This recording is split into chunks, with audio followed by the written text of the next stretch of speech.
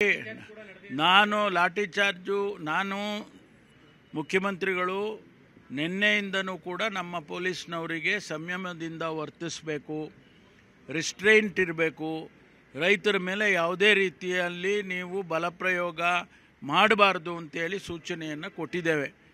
ಇವತ್ತು ಅವ್ರ ಮೇಲೆ ತೂರಾಟ ಆಗಿದೆ. ಆದರೂ ಕೂಡ ಅವರು ಪೊಲೀಸ್ನವರು ಭಾಳ ಏಟು ಬಿದ್ದಿದೆ, ಅವರಿಗೆಲ್ಲ ಆಸ್ಪತ್ರೆಗೆ ಸೇರಿಸ್ತಾ ಇದ್ದಾರೆ. ಆದರೂ ಕೂಡ ಯಾರು ಲಾಠಿ ಚಾರ್ಜು ಮತ್ತೊಂದು ಮಾಡಿಲ್ಲ ಅಂತ ಈಗ ತಾನೇ ನಾನು ಸೂಪರ್ಡೆಂಟ್ ಆಫ್ ಪೊಲೀಸ್ ಭೀಮಾಶಂಕರ್ ಅವರಿಗೆ ಮಾತನಾಡಿದೆ.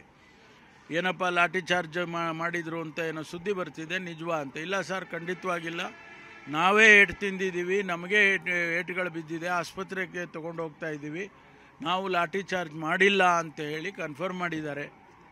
ಇನ್ನೂ ಫರ್ದರ್ ವೆರಿಫಿಕೇಷನ್ ಬೇಕಾದರೆ ನಾನು ಮಾಡ್ಕೊಳ್ತೀನಿ. ಆದರೆ ನಾವು ರೈತರಲ್ಲಿ ಮನವಿ ಮಾಡ್ಕೊಳ್ಳೋದಿಷ್ಟೇ, ದಯಮಾಡಿ ತಾವು ಸಹಕರಿಸಬೇಕು ಸರ್ಕಾರದ ಜೊತೆಯಲ್ಲಿ. ಯಾವುದೇ ರೀತಿಯಲ್ಲಿ ಈ ರೀತಿ ಅಹಿತಕರವಾದ ಘಟನೆ ನಡೆಯೋದಕ್ಕೆ ಅವಕಾಶವನ್ನು ಮಾಡಬೇಡಿ ಅಂತೇಳಿ ನಾನು ಗೃಹ ಸಚಿವನಾಗಿ ಅವರಿಗೆ ಮನವಿಯನ್ನು ಮಾಡ್ಕೊಳ್ತೀನಿ. ಅಲ್ಲಲ್ಲ, ಅದಕ್ಕೆ ಈಗ ನಾವು ನೋಡಿ, ನಾವು ರೈತರ ಪರವಾಗಿದ್ದೇವೆ. ರಿಪೀಟೆಡ್ ಆಗಿ ನಿನ್ನೆ ದಿವಸ ಮುಖ್ಯಮಂತ್ರಿಗಳು ಹೇಳಿದ್ದಾರೆ, ನಾವು ರೈತರ ಪರವಾಗಿದ್ದೇವೆ, ರೈತರ ಸಮಸ್ಯೆ ಆಲಿಸ್ತೀವಿ.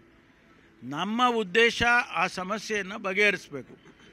ಇವತ್ತು ಸಕ್ಕರೆ ಕಾರ್ಖಾನೆ ಮಾಲೀಕರನ್ನು ಕರೆದಿರೋದು ಯಾಕೆ?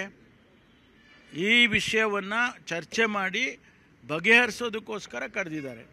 ರೈತ ಮುಖಂಡರನ್ನು ಕರೆದಿರೋದು ಯಾಕೆ? ಈ ರಾಜ್ಯದ ಒಬ್ಬ ಮುಖ್ಯಮಂತ್ರಿ ರೈತ ಮುಖಂಡರುಗಳನ್ನು, ಸಕ್ಕರೆ ಕಾರ್ಖಾನೆ ಮಾಲೀಕರನ್ನು ಕರೀತಾರೆ ಎಂದಾಗ ಸ್ವಾಭಾವಿಕವಾಗಿ ಸಮಸ್ಯೆ ಬಗೆಹರಿಸೋದಕ್ಕೆ ಕರೀತಾರೆ ಅಂತಲ್ವಾ?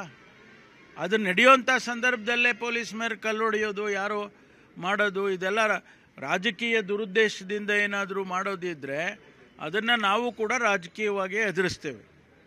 ಯಾವುದೇ ಕಾರಣಕ್ಕೂ ಕೂಡ ರಾಜಕೀಯ ಇದರಲ್ಲಿ ಮಾಡಿ ಅವರ ಸಕ್ಸಸ್ ಆಗೋದಕ್ಕೆ ನಾವು ಬಿಡೋದಿಲ್ಲ.